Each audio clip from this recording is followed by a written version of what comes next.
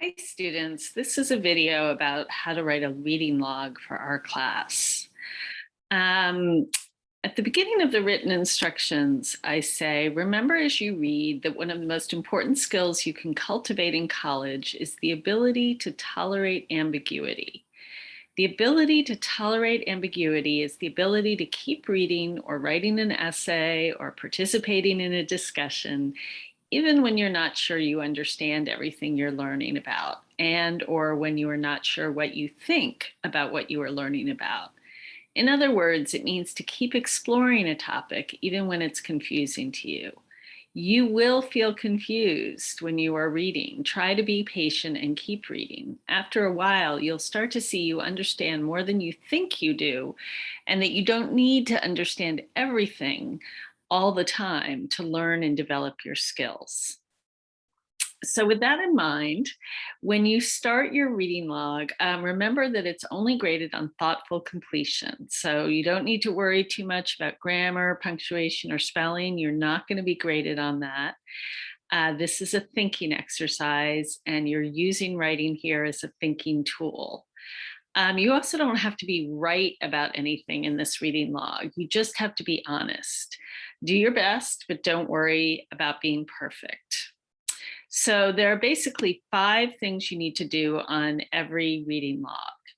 First, I want you to pick out 5 words or references that you don't know in the reading. So a word might be ambiguity, but it also might be a reference. Maybe somebody refers to the War of 1812, or maybe somebody refers to Rosa Parks or to um, the Vietnam War or whatever.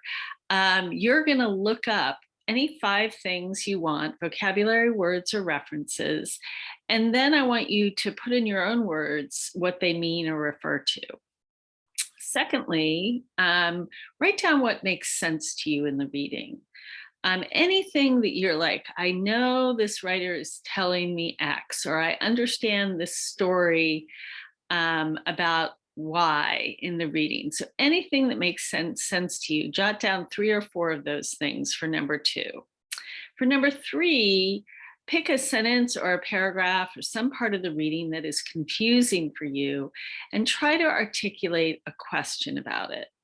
I don't understand what X means. I don't understand what Y means. Why did the narrator say, W?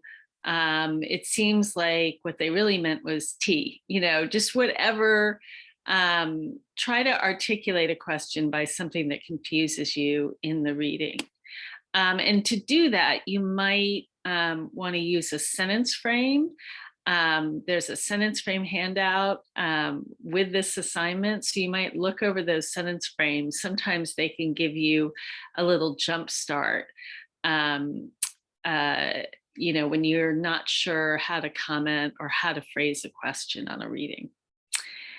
For number 4, just write down what you think this reading is about. Whenever a writer writes something, it's because he or she is trying to change our thinking in some way. What do you think the writer of this piece wants us to know or understand or believe?